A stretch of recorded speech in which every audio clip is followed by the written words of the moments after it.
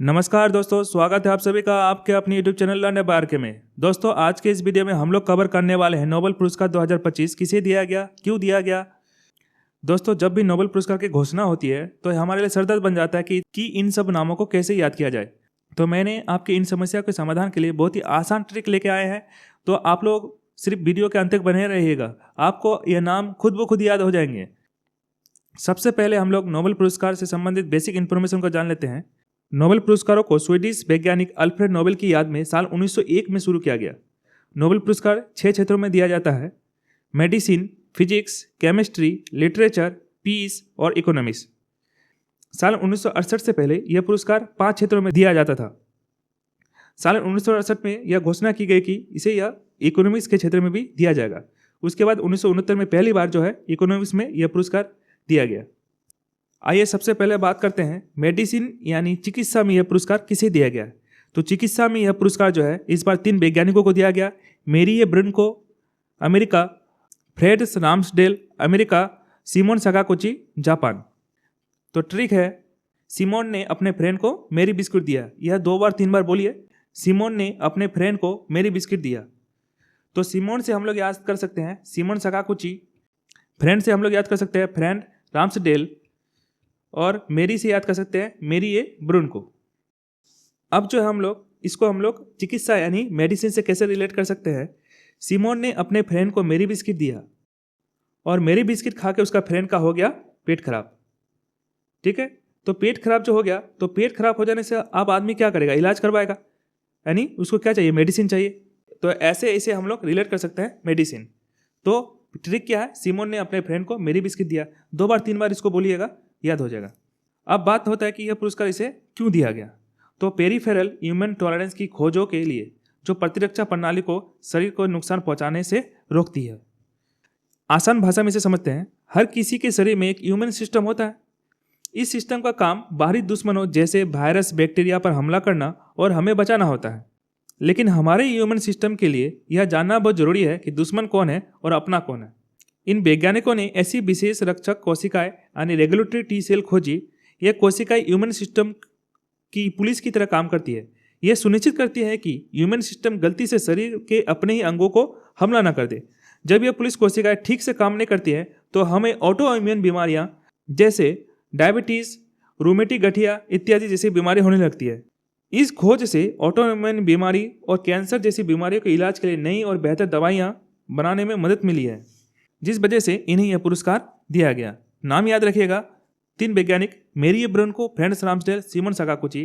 Trick है, Shimon ने अपने फ्रेंड को मेरी बिस्किट दिया। इससे हम लोग याद कर सकते हैं। चलिए अब देखते हैं फिजिक्स यानी भौतिकी में यह पुरस्कार किन्हें दिया गया। तो भौतिकी में भी यह पुरस्कार 3 वैज्ञानिकों को दिया गया: John Clarke Britain, Michel H Devoret France, John M Martinis. इसके लिए ट्रिक है, फिजिक्स वाला सर्कल डी मार्ट जाएगा। इसको 2 बार रिपीट कीजिए, फिजिक्स वाला सर्कल डी मार्ट जाएगा, फिजिक्स वाला सर्कल डी मार्ट जाएगा। कल से हम लोग याद रख सकते हैं, कल जॉन क्लार्क, डी से मिचेल एच डेबोरेट, मार्ट से हम लोग याद रख सकते हैं जॉन एम मार्टिन्स। तो फिजिक्स वाला सर्कल डी मार्ट जाएगा। कल से हम लोग याद रखेंगे जॉन क्लार्क, डी से मिचेल एच डेबोरेट, मार्ट से हम लोग याद रख सकते हैं जॉन एम मार्टिन्स। इन्हें यह पुरस्कार किस लिए दिया गया। तो एक इलेक्ट्रिक सर्किट में मैक्रोस्कोपिक क्वांटम मैकेनिकल टर्निंग ऊर्जा परिमाणीकरण की खोज हेतु। इसको आसान भाषा में समझे, अति ठंडा परमाणु अनुसंधान के लिए। क्या होता है ये, तो परमाणुओं को जब बहुत कम तापमान तक ठंडा करते हैं तब उनके अंदर की गति लगभग रुक जाती है। ऐसा करने से परमाणुओं का असली व्यवहार धीरे धीरे दिखाई देने लगता है, जिसे सामान्य तापमान पर देखना असंभव है। इस अवस्था को बोस-आइंस्टाइन कंडेंसेट भी कहते हैं। चलिए इसे और आसान भाषा में समझते हैं। सोचिए आप किसी भीड़ को देख रहे हैं, तो भीड़ में लोग इधर उधर जा रहे हैं, तो कौन क्या कर रहा है यह पहचानना मुश्किल है। लेकिन अगर आप उस भीड़ को रोक दे तो हर इंसान क्या कर रहा है यह साफ साफ दिखाई देने लगेगा। वैसे ही जब परमाणु बहुत धीमे यानी ठंडे हो जाते हैं तब वैज्ञानिक उनके असली व्यवहार को स्पष्ट रूप से देख पाते हैं। इस रिसर्च से क्या फायदे होने वाले हैं। इससे जीपीआरएस यानी नेविगेशन सिस्टम बेहतर होगा, क्वांटम कंप्यूटर तेज और अधिक सक्षम होगा। इससे अत्यंत संवेदनशील सेंसर बनाए जा सकेंगे, जिससे भूकंप और गुरुत्वाकर्षण मापन में मदद होगा। नए भौतिक नियमों की खोज तथा ब्रह्मांड को समझना और भी आसान होगा। चलिए, रसायन यानी केमिस्ट्री के क्षेत्र में यह पुरस्कार किसे दिया गया? तो यह पुरस्कार केमिस्ट्री में भी 3 वैज्ञानिकों को दिया गया। Susumu Kitagawa, Japan, Richard Robson, Australia, Omar M Yaghi, Jordan. इसके लिए ट्रिक है, उमर ने रॉब में आकर अपनी केमिस्ट्री की किताब फाड़ दी। तो उमर को बहुत ही गुस्सा, यानी रॉब आ गया। उन्होंने क्या किया? तो उन्होंने रॉब यानी गुस्सा में आकर अपनी केमिस्ट्री की किताब फाड़ दी। उमर से हम लोग याद रख सकते हैं उमर एम यागी, रॉब से याद रख सकते हैं रिचर्ड रॉबसन, किताब से हम लोग याद रख सकते हैं सुसुमी किताकावा। तो 2 बार 3 बार इसको पढ़िएगा कि उमर ने रॉब में आकर अपनी केमिस्ट्री की किताब फाड़ दी। उमर से याद रखेगा उमर एम यागी, रॉब से याद रखेंगे रिचर्ड रॉबसन, किताब से याद रखेंगे सुसुमी किताकावा। क्यों दिया गया पुरस्कार? तो MOF यानी मेटल ऑर्गेनिक फ्रेमवर्क के विकास के लिए। मेटल ऑर्गेनिक फ्रेमवर्क यानी MOFs होता क्या है? तो यह एक तरह का सुपर स्पंज है जो परमाणुओं के स्तर पर काम करते हैं। इन स्पंजों में बहुत सारे खाली कमरे होते हैं। इन कमरों को वैज्ञानिक इस तरह से डिजाइन कर सकते हैं कि यह सिर्फ जरूरत की चीजों को ही पकड़े। तो क्या फायदा होने वाला है इससे? तो इससे जो है हम लोग प्रदूषण को कम कर सकते हैं, यानी हवा से कार्बन डाइऑक्साइड को सोखकर उसे बाहर निकाल दिया जा सकता है। दूसरा, पानी बनाना, हवा की नमी को पकड़कर रेगिस्तान के इलाकों में इसे क्या होता है, इससे पानी बनाया जा सकता है। तीसरा, ईंधन जमा करना, यानी सुरक्षित तरीकों से हाइड्रोजन जैसे गैसों को स्टोर कर सकते हैं। तो यह कितना जादू ही होने वाला है। सोचिए कि हम लोग हवा से कार्बन डाइऑक्साइड को छान के बाहर निकाल सकते हैं।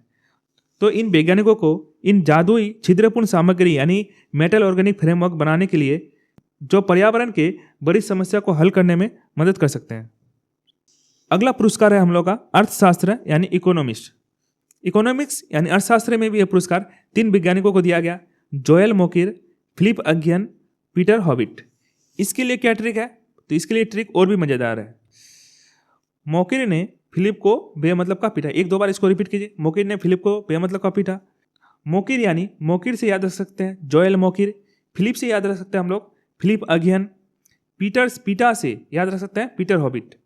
तो मोकिर ने फिलिप को बेमतलब का पीटा, मोकिर से याद रखेंगे जोएल मोकिर, फिलिप से याद रखेंगे फिलिप अगियन, पीटा से याद रखेंगे Peter hobbit.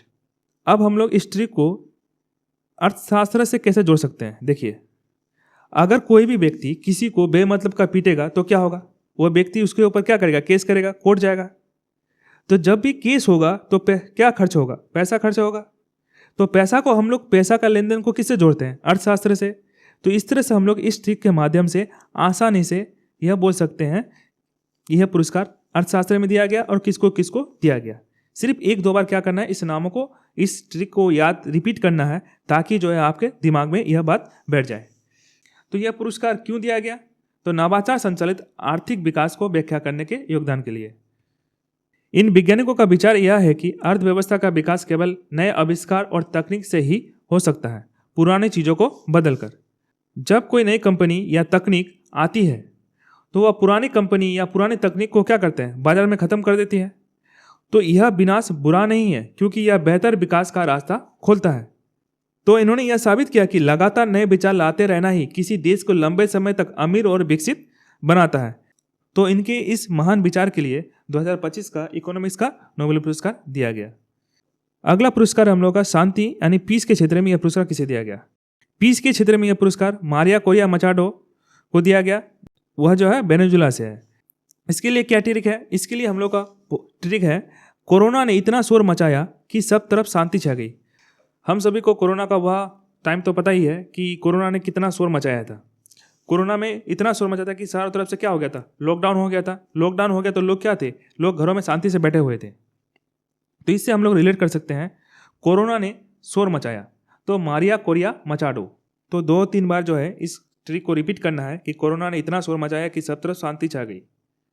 Maria Korea Machado को यह पुरस्कार वेनेजुला के तानाशाही के खिलाफ लोकतांत्रिक अधिकारों को बढ़ावा देने के लिए उसके अथक और अहिंसक संघर्ष के लिए दिया गया। मचाडो दशकों तक वेनेजुला में स्वतंत्रता, न्याय और निष्पक्ष चुनाव की मांग की। उन्होंने लोगों की लोकतांत्रिक आशाओं को जिंदा रखा। मारिया कोरिया मचाडो को यह पुरस्कार इसलिए मिला क्योंकि वह दमनकारी शासन के सामने साहस और लोकतंत्र की अटूट उम्मीद का प्रतीक है। उन्होंने अपने देश में शांतिपूर्ण बदलाव के लिए अथक प्रयास किया।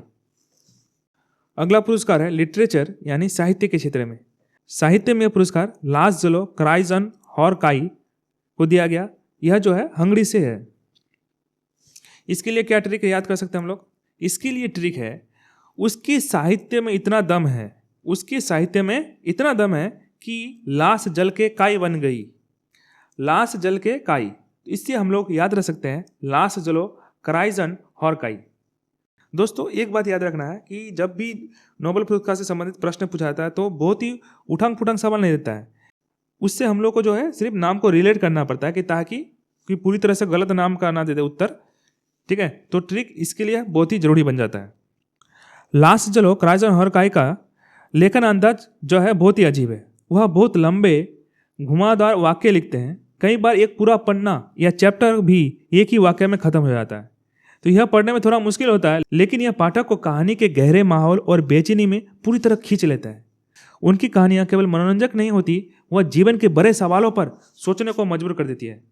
नोबेल कमेटी का कहना है कि उन्होंने दुनिया की अंधेरी और मुश्किल सच्चाई को ईमानदारी से दिखाया, बिना किसी बनावट के। तो फ्रेंड, आज हमारे सेशन यहीं पे समाप्त होता है। आप लोगों को मेरा ट्रिक कैसा लगा कमेंट में ज़रूर बताइएगा। अगर वीडियो पसंद आए तो इसे अपने दोस्तों के पास अधिक से अधिक शेयर कीजिए, चैनल को लाइक कीजिए, सब्सक्राइब कीजिए। धन्यवाद।